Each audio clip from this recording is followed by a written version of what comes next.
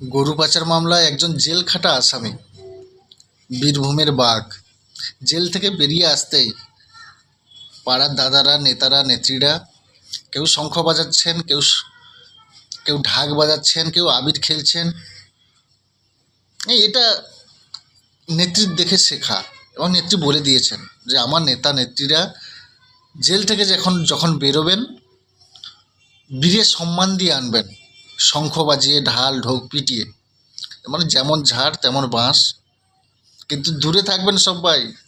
উনি বেল পেয়েছেন, কিন্তু বিচার কিন্তু চলছে ওনার নামে।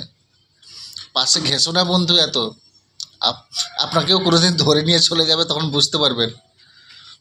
বাঘ এখন দেখতে চুহার মতো হয়ে গেছে, বুঝতে পারছেন না আপনাদের? তা দেখে শিক্ষা হচ্ছে না? ওই ঢাক আর ঢোল বাজান, কোনো অসুবিধা নেই, ধারে ঘেঁষলেই বিপদ আপনারও ঘাড়ের ওপর, সেটা